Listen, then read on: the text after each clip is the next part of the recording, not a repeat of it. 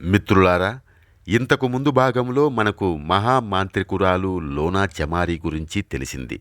ఇప్పుడు కథ రెండో భాగంలో మనం లోనా చమారి ఎవరు, ఆమె ఒక పేద దళిత కుటుంబంలో పుట్టి అంత చిన్న వయసులో మహామాంత్రికురాలిగా ఎలా మారిందో తెలుసుకుందాం. లోనా చమారి 11వ శతాబ్దంలో పుట్టింది. 11వ శతాబ్దంలో పంజాబ్లోని అమృత్సర్ నగరానికి సమీపంలో చమరి అనే చిన్న గ్రామం ఉండేది. ఆ ఊర్లోనే చమార్ జాతి అనే ఒక రకమైన దళిత జాతికి చెందిన కుటుంబంలో లోనా చమారి పుట్టింది. మనందరికీ తెలుసు, పూర్వం మన దేశంలో దళితుల పట్ల అగ్రవర్ణాలు ఎంత క్రూరంగా ప్రవర్తించేవారు. అప్పట్లో అమాయక దళితుల జీవితాలు అన్యాయంగా నాశనం చేసేవారు ఈ అగ్రకులాల వారు. అలాగే ఈ చమరి జాతి దళితులపై కూడా ఆ ఊర్లో ఎంతో అన్యాయం జరిగేది. లోనా చమారి చిన్నతనంలో నుంచే ఎంతో అందగత్తె. ఆమెను చూసిన వారంతా అందమంటే లోనాదే అని చెప్పేవారు. కానీ ఒక పేద దళిత కుటుంబంలో అందమైన అమ్మాయిగా జన్మించడమంటే ఆమె అందమే ఆమెకు శాపంగా మారుతుంది. క్రమంగా లోనాకు 13 ఏళ్ల వయసు వచ్చింది. గ్రామంలో చాలామంది ఆమె అందాన్ని చూసి ఆమెను పొందాలనుకునేవారు. లోనా కంటే ఆమె ఇంట్లో 2 అన్నలు ఉండేవారు. గ్రామస్తులు ఆమె పట్ల వంకర దృష్టితో చూస్తున్నారని తెలిసి వాళ్ళు వెంటనే లోనా పెళ్లి చేసేశారు. కానీ లోనా చాలా దురదృష్టవంతురాలు. పెళ్ళయిన కొన్ని రోజులకే లోనా భర్త ఒక పాము కాటుతో చనిపోయాడు. దీంతో లోనా మళ్ళీ తన పుట్టింటికి తిరిగొచ్చింది. ఇప్పుడు భర్త లేని ఒక 13 ఏళ్ల అందమైన యువతి లోన. పైగా ఆమె పేద దళిత కుటుంబానికి చెందిన అమ్మాయి.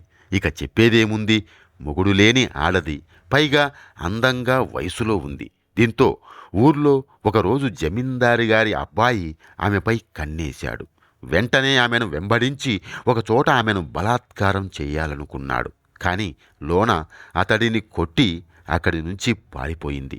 ఆ జమీందారు గారి అబ్బాయి ఇంట్లో మొత్తం 11 మంది అన్నదమ్ములు. ఒక దళిత అమ్మాయి ఒక జమీందార్ని కొట్టిందంటే తమ పరువు పోతుందని భావించి వాళ్ళంతా పగతో లోనా ఇంటివైపు వెళ్ళారు. లోనా ఇంట్లో వాళ్లను కొట్టి ఆమెను ఎత్తుకొచ్చి మొత్తం 11 మంది అన్నదమ్ములు ఆమెను రక్తం వచ్చేట్టు కొట్టారు. ఆ తర్వాత ఒకరి తర్వాత ఒకరు లోనాని పశువుల్లాగా రేప్ చేశారు. ఆ తర్వాత ఆమెను ఊరు బయట తీసుకెళ్లి కొండపై నుంచి పడేశారు. లోనాను ఆ జమీందారులు అన్యాయంగా చంపేశారని ఆ ఊర్లో వాళ్ళు పెద్ద మనుషుల వద్దకు వెళ్ళినా ప్రయోజనం లేదు. ఎందుకంటే వాళ్ళు దళితులు. వాళ్ళపై ఇలాంటి ఘటనలు జరుగుతూ ఉండేవి. పైగా ఆ సమయంలో అగ్రకులాల వాళ్ళు చెప్పేదే చట్టం. అందుకే లోనాకు న్యాయం జరగలేదు. మరోవైపు లోనా ఇంకా బతికే ఉంది. అతి కష్టం మీద కొండ నుంచి కిందకు పడిన తరువాత ఆమె శరీరం నిండా గాయాలే. కానీ ఎంతో సహనంతో లేచింది.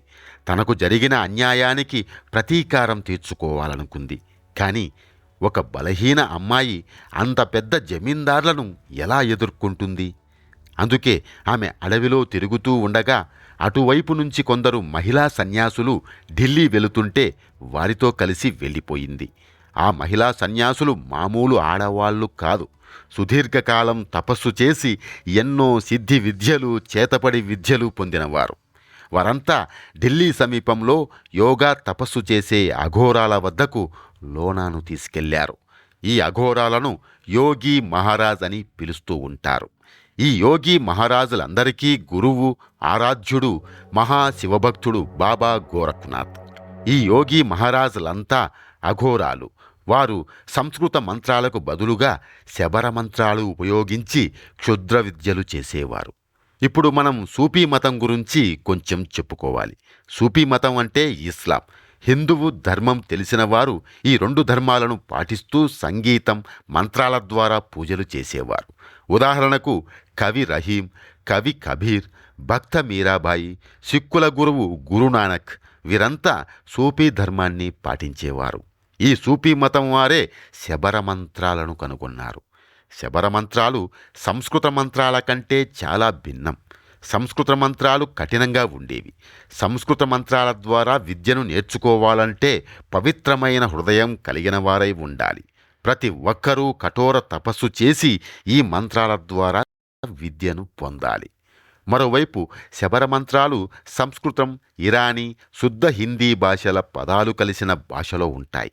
ఈ శబరమంత్రాలను ఒకసారి ఎవరైనా తాంత్రికుడు నేర్చుకొని వాటితో క్షుద్ర పూజలు విద్య సాధిస్తే ఆ తర్వాత ఆ తాంత్రికుడి పేరుతో అనుసంధానమైన మంత్ర విద్యను ఎవరైనా కొంత అభ్యాసంతో చేతబడి లాంటి విద్యలు చేయగలరు. అలా లోన ఆ సాధువుల వద్దకు వెళ్ళి తనకు ఆ విద్యను నేర్పించమని ప్రాధేయపడింది. తనపై తన జాతివారిపై జరిగిన అన్యాయం గురించి లోన వారికి చెప్పింది. తనకు ఈ మంత్రవిద్య ఎంతో అవసరమని వాళ్ళ కాళ్ళ మీద పడింది. కానీ ఓ 13, 14 ఏళ్ల బాలిక ఇలాంటి కఠోర విద్యను నేర్చుకోలేదని ఆ సాధువులు భావించారు. అందుకే ఆ సాధువులు ఆమెతో మాట్లాడుతూ, లేదమ్మా, నువ్వు ఈ విద్యను అభ్యసించలేవు. మేము నీకు విద్యను ప్రసాదించలేము. ఇది చాలా కఠోర విద్య. నీ వల్ల కాదు. తిరిగి వెళ్ళిపో అని అన్నారు. కానీ వారి మాటలను లోన పట్టించుకోలేదు. ఆ సాధువులతో ఇలా అడిగింది, మీరు నాకు ఈ విద్య ప్రసాదించలేకపోతే నాకు ఈ విద్య నేర్పించగలిగే వ్యక్తి ఎవరు? వారి వద్దకే నేను వెళ్తాను. దయచేసి నాకు వారెవరో చెప్పండి అని అడిగింది. అప్పుడు ఆ సాధువులు ఆమెకు అస్సాంలోని కామరూప కామాఖ్య దేవాలయం గురించి చెప్పారు. మేము కూడా అక్కడి నుంచి విద్య నేర్చుకుని వచ్చాం. ఈ విద్య నేర్చుకోవాలంటే నువ్వు అక్కడికి వెళ్ళాల్సిందే అని అన్నారు. నిజానికి లోనా లాంటి చిన్న వయసు అమ్మాయి ఒంటరిగా ఢిల్లీ నుంచి అస్సాం వెళ్ళలేదు. తిరిగి ఇంటికి వెళుతుంది అని ఆ సాధువులు భావించారు. కానీ లోన ఇంటికి తిరిగి వెళ్ళే పరిస్థితి లేదు. అందుకే ఆమె అడుగు ముందుకేసింది. తన పగ తీర్చుకోవడానికే తన జీవితాన్ని ధారపోయాలని ఆమె ప్రతిజ్ఞ చేసింది. అందుకే లోన ఒంటరిగా వేల కిలోమీటర్లు నడిచింది. చెప్పులు లేకుండా అడవులు దాటుతూ శరీరంలో సత్తువ తగ్గిన కేవలం గుండెల్లో చెలరేగే పగమంటలు ఆమెను ముందుకు నడిపించాయి. పంజాబ్లో పుట్టిన లోన ఢిల్లీ నుంచి బీహార్, బెంగాల్ దాటుకుని అస్సాం చేరుకుంది. దారిలో ఎన్నో కష్టాలు పడి చివరికి అస్సాం కామరూప కామాఖ్య మందిరానికి చేరుకుంది. అక్కడ ఉన్న అఘోరా సాధువులలో తనకు విద్యను నేర్పించే గురువు కోసం వెతుకుతుండగా ఆమెకు ఇస్మాయిల్ యోగి బాబా కనిపించారు. ఇస్మాయిల్ యోగి బాబా కూడా సూఫీ సంత సాధువు. ఆయన శబరమంత్రాల విద్యలో ఆరితేరినవాడు. ఈ అఘోరా సాధువులు మానవ శరీరానికి ఉండే అన్ని అవసరాలను తీర్చుకునేవారు. కేవలం సంసారిక బాధ్యతలకు దూరంగా ఉండేవారు. అంటే యోగం, మాంసం, మద్యం, కామం ఇలా వారు అన్నీ చేస్తారు. అందుకే ఇస్మాయిల్ బాబా వద్దకు లోనా వెళ్ళినప్పుడు ఆమె అందాన్ని చూసి ఆ బాబా ఆమె మోహంలో పడిపోయాడు. ఇక లోనా వద్ద కూడా ఆ అందమే తప్ప బాబాకు ఇవ్వడానికి ఏమీ లేదు. అలా లోనా ఇస్మాయిల్ అఘోరీ బాబా వద్ద ఉంటూ కఠోర సాధన చేయడం ప్రారంభించింది. ఆమె సాధన, దీక్ష చూసి ఆ బాబా కూడా ఆశ్చర్యపోయాడు. ఎందుకంటే లోన తన గురువు కంటే ఎక్కువ విద్యలు సాధించింది. క్షుద్రశక్తుల ఆహ్వానంలో తన గురువునే మించిపోయింది. ఆ తర్వాత ఆ శక్తుల సాయంతో తనపై అత్యాచారం చేసిన 11 మంది జమీందార్ అన్నదమ్ములను వెతికి వెతికి చంపేసింది. ఆ జమీందార్ల కుటుంబంలో మగవారసుడు అనేవాడు లేకుండా చేసింది. ఇలా తన పగ తీర్చుకొని తన గుండెల్లో మంటను చల్లార్చుకుంది. తన పగ పూర్తయ్యాక లోన ఒక ఆలోచనలో పడింది. తనపై జరిగిన అన్యాయం మరెవరిపైనా జరగకూడదు. ఒకవేళ జరిగితే ఆ బలహీనులు, ఆ నిరుపేదలు, ఆ తక్కువ జాతి వారికి బలవంతులతో పోరాడే శక్తి ఉండదు. అందుకే లోన తాను కఠోర దీక్షతో సాధించిన శక్తులను తక్కువ జాతి వారికి, బలహీనులకు నేర్పించింది. క్షుద్రశక్తులు ఆమె పేరు వింటేనే దాసోహం అంటాయి. అందుకే లోన కొత్త శబరమంత్రాలను రచించింది. తన పేరుని ఆ మంత్రాలలో జోడించింది. అందుకే చాలామంది చేతబడి విద్యలు నేర్చుకునేవాళ్ళు లోనా చమారీ పేరున్న శబరమంత్రాలను ఉపయోగించి త్వరగా నేర్చుకుంటారు. లోనా చమారీ ఒక తాంత్రికురాలిగా, క్షుద్ర మహావిద్య పండితురాలిగా ఉత్తరాది రాష్ట్రాల్లో అంతా నమ్ముతారు. అందుకే ఆమె పేరు ప్రసిద్ధిగాంచింది. ఆమె కథ కల్పితం కాదు అనేదానికి ఒక చిన్న ఉదాహరణ ఉంది. ఆమె అస్తిత్వాన్ని నిరూపించే ఒక కథ ఉంది. ఆమె పేరుతో క్షుద్ర విద్య నేర్చుకున్న ఒక మాంత్రికుడి కథ. ఈ కథ మనలో చాలామందికి తెలిసే ఉంటుంది. ఎందుకంటే దీనిపై ఒక సినిమా విడుదలై మంచి విజయం కూడా సాధించింది. 12 లేదా 13వ శతాబ్దంలో ఒక మాంత్రికుడి గురించి వచ్చిన ప్రస్తావనలో లోనా పేరు వస్తుంది. మీరంతా పద్మావత్ సినిమా గురించి వినే ఉంటారు.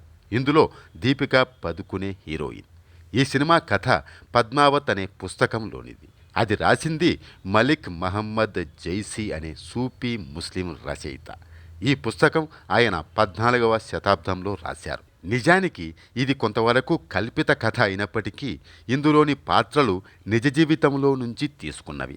ఉదాహరణకు ఇందులో ఉన్న విలన్ పాత్ర భారత చక్రవర్తి అల్లావుద్దీన్ ఖిల్జీది. మరో కీలక పాత్ర మాంత్రికుడు రాఘవ చేతన్. ఈ మాంత్రికుడు నిజ జీవితంలో శ్రీలంకకు చెందినవాడు. అతడు కూడా తన నిజ జీవితంలో అస్సాం వచ్చి కామరూప కామాఖ్య మందిరం వద్ద లోనా చమారి శబరి మంత్రాలతో మాయా విద్యలు పొందాడు. ఈ విద్యలతో అతను ఓసారి పూర్తిగా అమావాస్య ఉన్న రోజు అందరినీ మాయలో పడేస్తాడు. ఆ రాత్రి ఆకాశంలో చంద్రుడిని చూపిస్తాడు. అంతా తమ కళ్ళను నమ్మలేకపోతారు. కానీ ఈ మాయ అతడు రాజుగారి మెప్పు పొందడానికి చేస్తాడు. కానీ ఆ రాజుగారు తన రాజ్యంలో ఎవరూ క్షుద్ర పూజలు చేయకూడదని చెప్పి ఆ మాంత్రికుడిని తన రాజ్యం నుంచి వెలివేయిస్తాడు. అలా రాజు తనను రాజ్యం నుంచి వెలివేశాడనే అవమానంతో ఆ మాంత్రికుడు పగతో ఆ రాజ్యాన్నే నాశనం చేసిన కథ పద్మావత్. ఇందులో కథా రచయిత మలిక్ మహమ్మద్ జైసీ కొంత నిజ జీవితం కథ, కొంత కల్పిత కథను జోడించి ఒక అందమైన కావ్యాన్ని రచించాడు. సరే, అలా ఆ మాంత్రికుడు లోనా చమారి విద్య అభ్యసించాడనే ప్రస్తావన కారణంగా లోనా చమారి అస్తిత్వం ఒక రకంగా రుజువు అవుతుంది. మిత్రులారా, లోనా చమారికి సంబంధించిన మరో కథ కూడా ప్రాచుర్యంలో ఉంది. దాని గురించి కథ చివరి భాగంలో వివరిస్తాను. కానీ ఆ కథ ఓ మహారాణి కథ. మహాయోగి బాబా గోరఖ్నాథ్ శిష్యుడైన బాబా చిరంగినాథ్ కథ.